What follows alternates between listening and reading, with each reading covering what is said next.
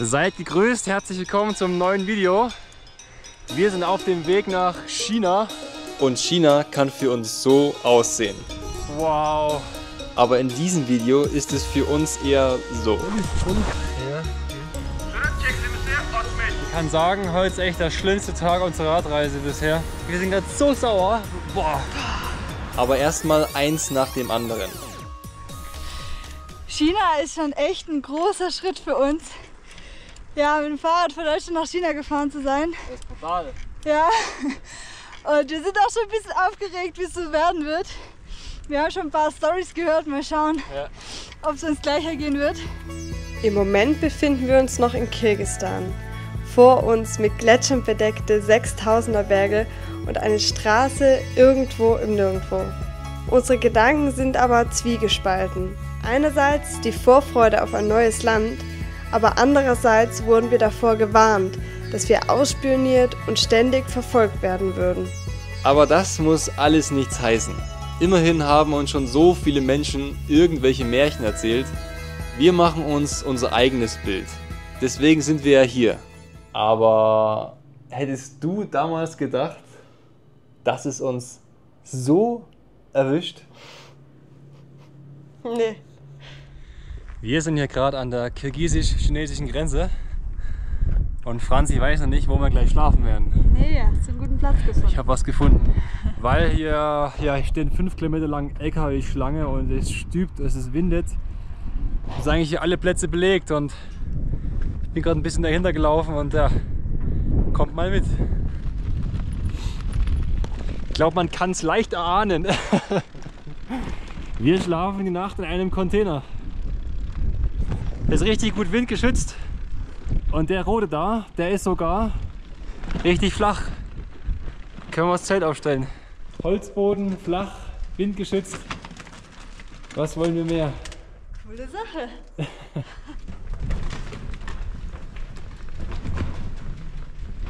Guten Morgen hier zwischen den ganzen Containern. Hier ist ja unser Container. Ja, wir packen jetzt unsere Sachen zusammen und dann geht's endlich auch zur Grenze.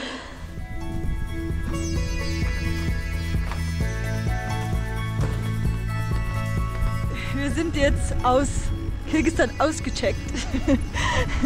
Sind jetzt im Niemandsland und ja, jetzt werden wir gleich an der Grenze nach China einreisen.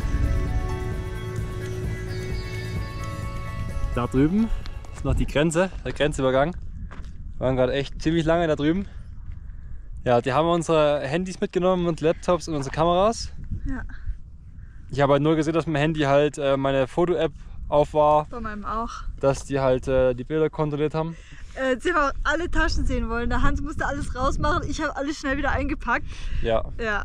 Ja gut, ist halt eine ausgiebige Gepäckkontrolle. Jetzt eigentlich nicht so krass auffälliges, ne? Jetzt haben wir gerade zum Glück noch einen Chinesen getroffen, der uns echt geholfen hat. Ja, der Puh. Er hat uns geholfen, Essen zu bekommen, mit Alipay zu zahlen. Also hier gibt es halt kein Papiergeld mehr oder fast nicht mehr, ne? Ja. Das heißt, du hast 2 Möglichkeiten, du hast 2 Apps, WeChat Pay. Aber ist es auch.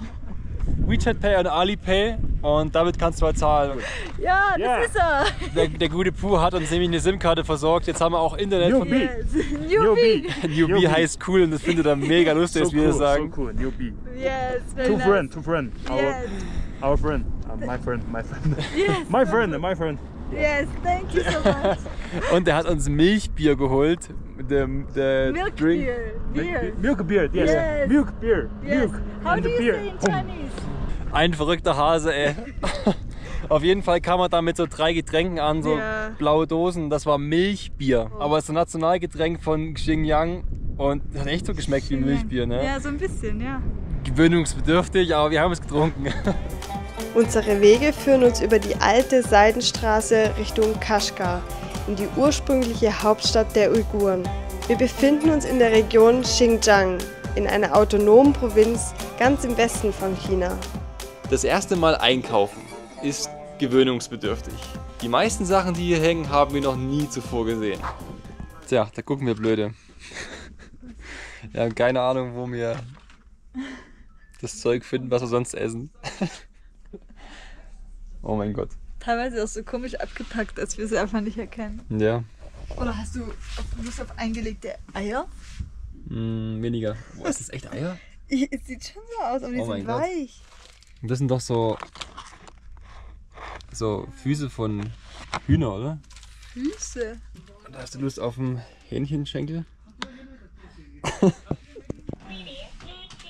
Und auch das Bezahlen mit dem Handy ist Neuland und braucht ein paar Anläufe, bis es funktioniert. Wir begeben uns auf Schlafplatzsuche.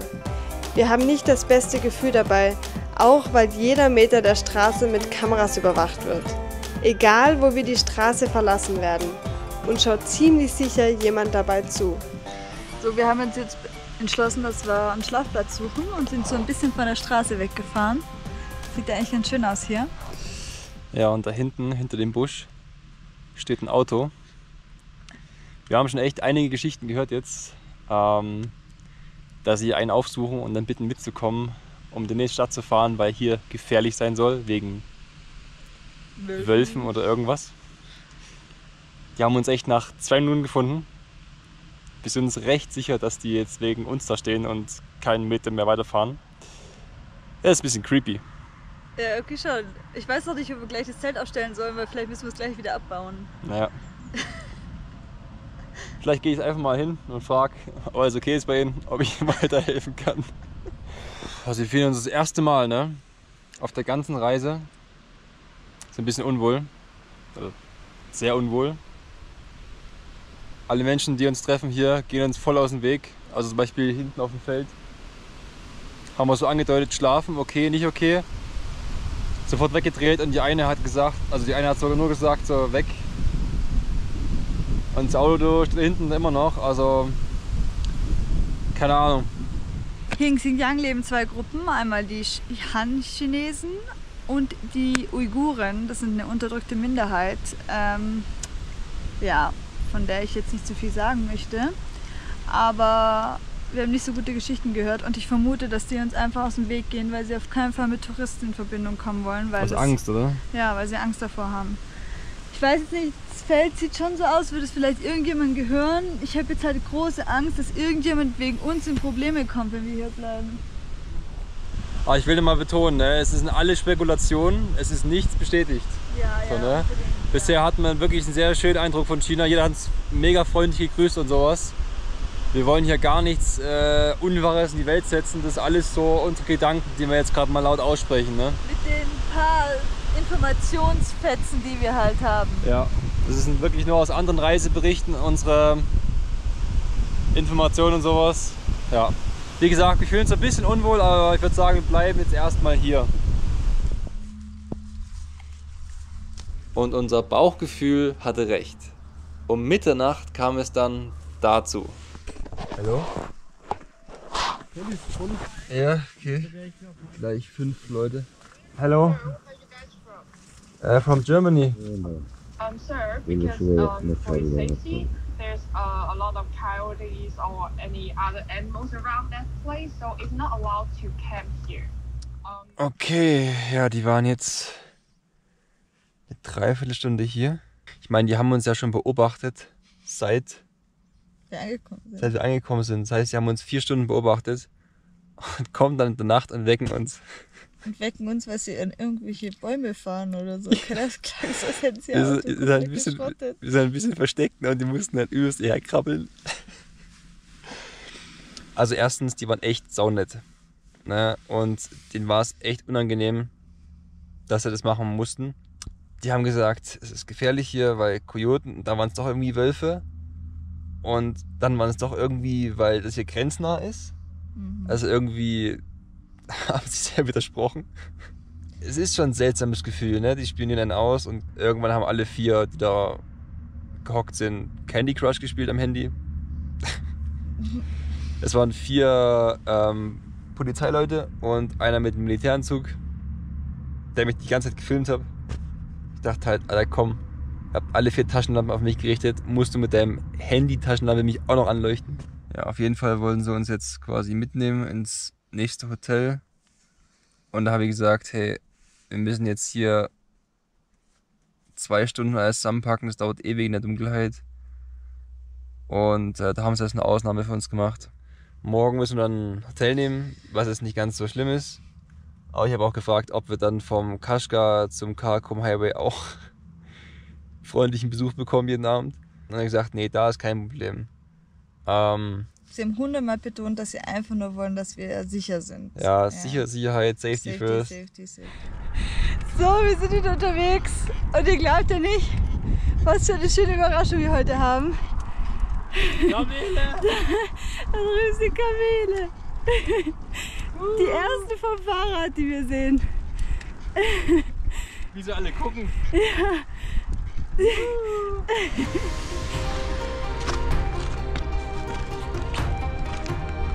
Oh, die sind riesig.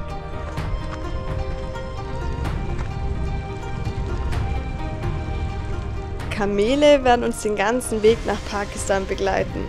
Hättet ihr bei China an Kamele gedacht? Wir jedenfalls nicht. Nach gefühlt 100 Passport- und Polizeikontrollen erreichen wir die historisch bedeutende Stadt Kashgar. Und der Verkehr hier fühlt sich so ein bisschen an wie bei Mario Kart. Wir genießen hier die Stadt Kashgar. Wir sind mitten im Zentrum und es ist wunderschön. Und wir genießen vor allem auch das extrem leckere Essen. Es sind so 80% zum Fressen hier. Wirklich. Und es fällt uns echt schwer, weil also man sollte ja eigentlich ein bisschen was übrig lassen, weil es hier höflich ist und bedeutet, dass das Essen geschmeckt hat, dass man satt ist. Aber wir schaffen es einfach nicht. Es ist so lecker, wir können da keinen Tropfen auf dem Teller lassen. Aber wirklich, Kashgar ist die super schöne Stadt. Ja, Wow. haben sie echt schick gemacht. Diese über 2000 Jahre alte Oasenstadt hat eine Menge Geschichten zu erzählen. Sie war schon immer ein wichtiger Knotenpunkt auf der berühmten Seidenstraße zwischen Europa, Indien, China und Tibet und Russland. Die Bevölkerung besteht heute mehrheitlich aus muslimischen Uiguren, die eine Eigenständigkeit anstreben. Die chinesische Regierung will das jedoch verhindern. Bis vor einigen Jahren war die Altstadt eines der größten erhaltenen Lehmbaukomplexe der Welt. Jedoch zerstörte die chinesische Regierung im Rahmen von Modernisierungsmaßnahmen die historische Altstadt fast vollständig. Offiziell seien die Häuser nicht gegen Erdbeben gewappnet und daraufhin wurden Hunderttausende Uiguren in erdbebensichere Wohnblocks umgesiedelt. Da diese prächtige Stadt jedoch seit Jahrzehnten Touristen anlockt, wurde ein Teil der Stadt wieder aufgebaut und originalgetreu nachgestellt. Wir sind hier in Kashgar immer noch auf einem riesigen Viehmarkt. Das ist der größte weit und breit und ja, es wimmelt hier von Menschen. Lecker! Und überall hängen halt die Tiere. Kann man jetzt appetitlich finden oder nicht. Ja. Aber man kann sicher gehen, dass das Fleisch hier ganz frisch ist. Und wir werden es auch probieren. Hier hängt ja überall Fleisch ohne Kühlung und so. Man würde ja meinen, es stinkt extrem, aber man riecht echt tatsächlich gar nichts. Also da bin ich echt froh drum.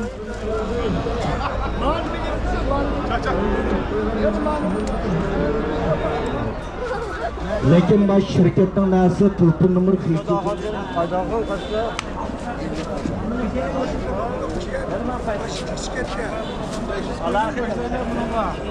Die Schafe haben ja sowas wie so einen Wackelarsch, ne? Das haben wir jetzt schon einige Länder gesehen. Und es ist wohl so, dass die Viehhändler hier die Schafe so in einer Reihe aufstellen und dann an den Arsch rangrapschen, oder? Ja. Und dass dann dadurch die Qualität feststellen, irgendwie, dass der Arsch irgendwie wackelig genug ist oder sowas, ich weiß ja nicht. An solchen Märkten kann man halten, was man will. Wir werden viele Tiere getötet, aber wir sind beide Fleischesser. Zwar reduziert, wir essen jetzt nicht so viel Fleisch, aber wir essen Fleisch. Und ich finde es halt voll wichtig, auch hier mal gewesen zu sein. Ne? Das ist wieder der Bezug zum Tier, weil wenn du Fleisch isst, musst du irgendwie bewusst sein, für dich ist ein Tier gestorben, oder? Und in Deutschland fehlt ja mittlerweile völlig der Bezug zum Fleisch. Ja, wenn man eine Bratwurst isst, man denkt nie an das Tier oder sowas. Ne? Und ich finde, sich das immer wieder mal bewusst zu machen, ja, ist wichtig.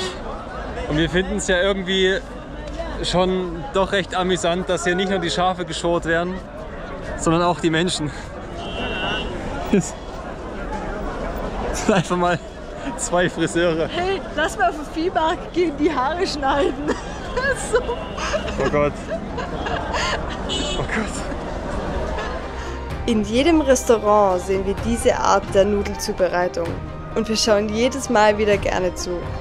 Für uns ist das faszinierend, wie schnell und lecker man frische Nudeln zubereiten kann.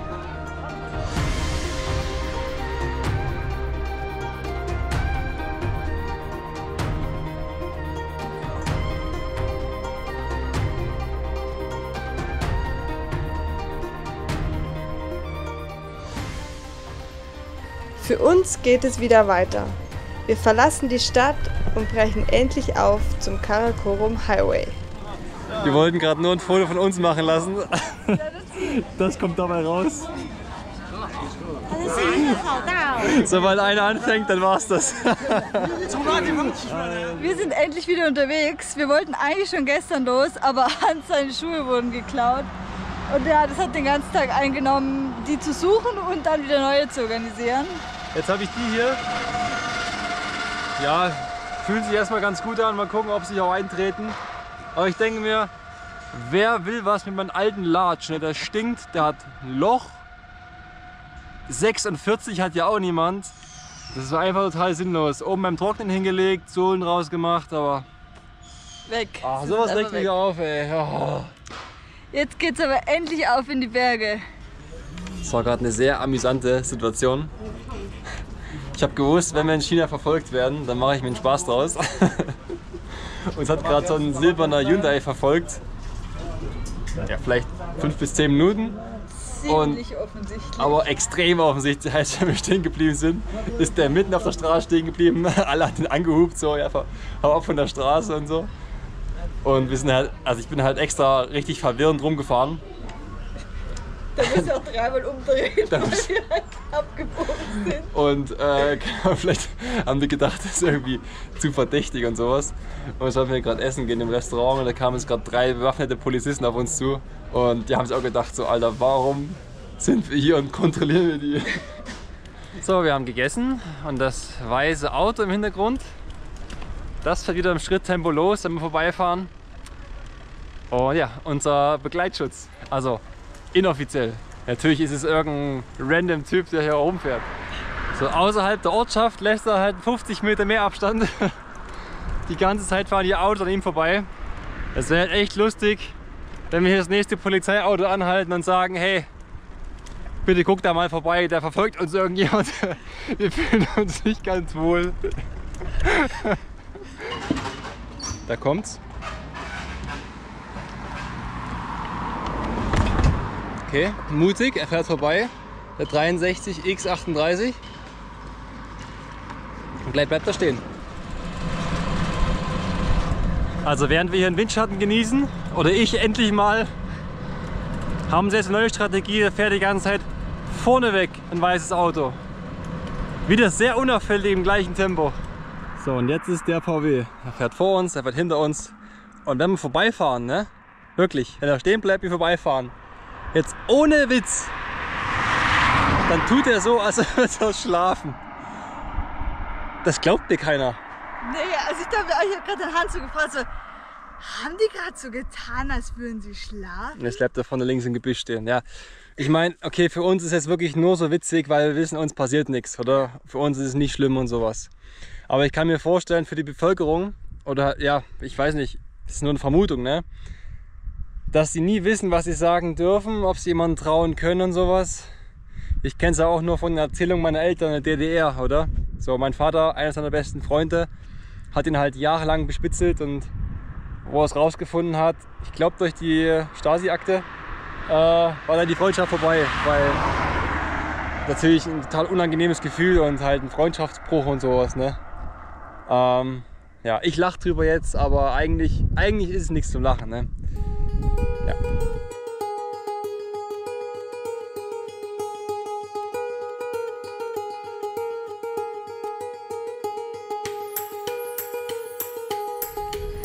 Wir sind uns ja die ganze Zeit nachgefahren, aber jetzt haben wir eine Stunde oder so Pause gemacht. Sind dann ein paar Mal an uns vorbeigefahren und haben sich jetzt irgendwo hingestellt und haben einfach gewartet. Und jetzt, wo wir weitergefahren sind, fahren sie uns wieder hinterher.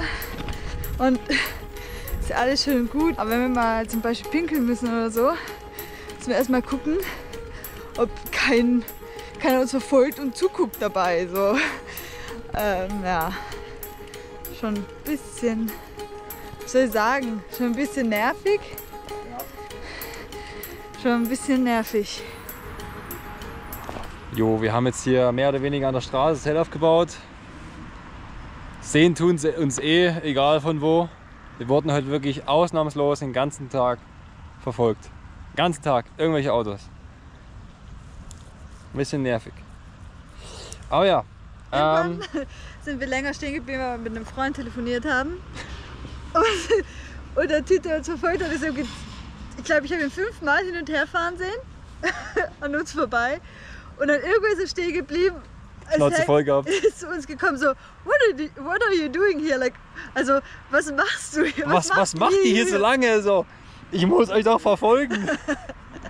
Auf jeden Fall hat er gut Englisch sprechen können, war auch nett, aber wir haben logisch jetzt nicht mit ihm gequatscht, weil wir waren ja im Telefonat. Und ja, danach hat er uns gefragt, wie lange wir brauchen werden jetzt für die Strecke. Und dann haben wir gesagt 5-6 Tage und dann war so, was, 5-6 Tage? Und dann ist er weggefahren. Ich glaub, er hat die Schnauze voll gehabt. Ja. Also ich denke, wir kriegen heute Abend auch Besuch, aber ich sag dann, hey, beim letzten Telefonat mit der Polizei, also da, wo halt die Polizei zum Zelt gekommen ist, haben sie gesagt, zwischen Kashgar oder auf dem Karakum Highway hier zwischen Kashgar und Pakistan darf man zelten. Und das werde ich denen halt vorenthalten, wenn sie kommen. Mal gucke. So, da sind sie. Guten Polizisten. Wir packen alles zusammen. Wir müssen 3 Kilometer fahren. Und packen alles wieder aus. Ja. Wie spät ist jetzt? Um 9, oder? Ja.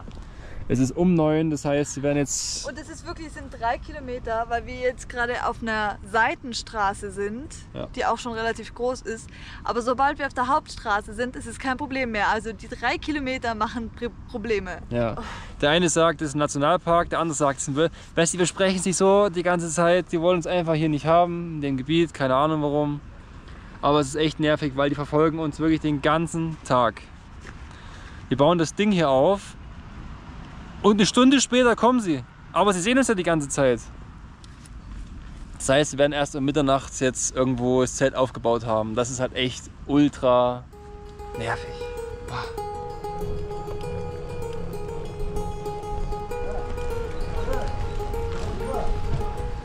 Alles klar, Herr Kommissar. Wie er gesagt hat, in 3 Kilometer überall Campingplätze. Oh. Boah, ich bin so wütend. Echt, der Typ hat keine Ahnung gehabt, wovon er redet, wenn er gesagt hat, Doch, hat er genau. Der hat genau gewusst, das sind 3 Kilometer. Und dann ist er nicht mehr. Hier ist halt wirklich Hauptstraße, Bäume und da sind Grundstücke. Wir können ja nicht zelten. So, der wollte uns einfach nur aus seinem Revier raus haben. Boah, es ist so ärgerlich, weil es ist jetzt einfach schon um 10. Wir irren hier in der Nacht rum, können eigentlich mal gescheit sehen, wo Plätze sind. Der hat so richtig auf freundlich gemacht. Dieser, ich sag's besser nicht, ich bin gerade echt richtig wütend da. Ich habe gesagt, Junge, du verfolgst uns 2 Stunden mit dem Auto. Und uns haben heute auch 10 andere Autos verfolgt. Warum sagt uns niemand das? Und darauf hat er nicht geantwortet, hat nur gelacht, so peinlich berührt gelacht, weil er genau gewusst hat, es stimmt. Ja, ich kann mich gerade so aufregen, ich kann mich in Rage reden. Mein klar, ist ja ganz gefährlich gewesen da drüben, alles voller Wölfe. Und 3 Kilometer später ist alles okay, oder was?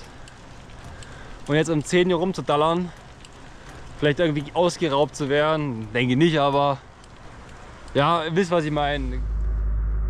Ja, wir haben es geschafft. Oropax sind im Ohr, weil die Straße nebenan mega laut ist, aber Hauptsache wir haben irgendwas. Ah, ich hoffe, dass wir morgen in Ruhe gelassen werden, ey. Ja. Schauen wir mal. Übrigens, ich habe mich halt mit einem Ast duelliert. Ja, sieht gerade aus, hätten wir uns echt geschlagen. Ich habe eine Lippe aufgeplatzt und du an der Backe. Ja.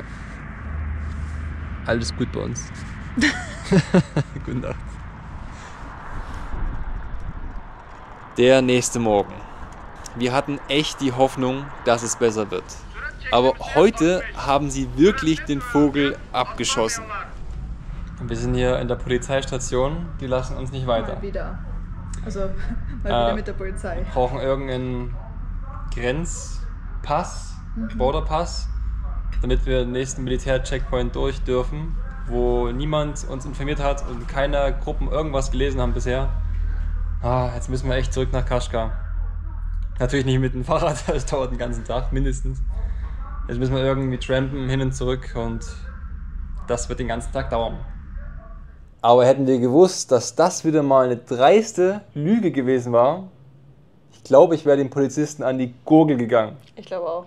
Weil dieses Dokument, das hätten wir genauso gut bei ihm ausfüllen können.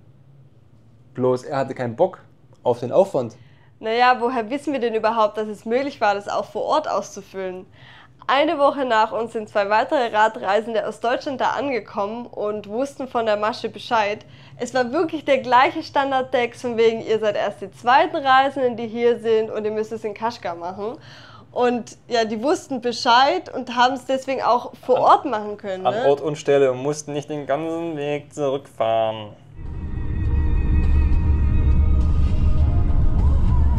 Okay, der Typ im Auto hat uns gerade abgeliefert bei einer Polizeistation. Die wussten von nichts, wir sind mit dem Polizeiauto hier irgendwo hingefahren, mussten jetzt Taxi selber zahlen, von wegen alles gratis. Jetzt sind wir bei der einzigen Station hier, weit und breit, ne, wo Ausländer das Ding beantragen können. Nix auf Englisch, nix.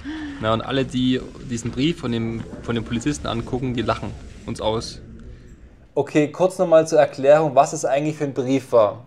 Der Polizist meinte, wir können überall gratis hinfahren mit der Polizei, wenn wir ihnen diesen Zettel vorzeigen, den er gerade aber handschriftlich geschrieben hatte. Und jeden Beamten, denen wir diesen Zettel vorgezeigt haben, die haben uns erstmal ausgelacht. Die dachten sich bestimmt, was wollt ihr denn hier? Was ist das für ein Wisch? Das war so peinlich jedes Mal. Oh. Die gehen mir hier echt auf den Sack. Langsam reicht's auch, weißt du? Ich habe keinen Bock mehr auf Lügen, muss man ganz ehrlich so sagen, weil jeder sagt was und es stimmt am Ende nicht. Jeder will uns irgendwie nur weg haben. Und das nervt.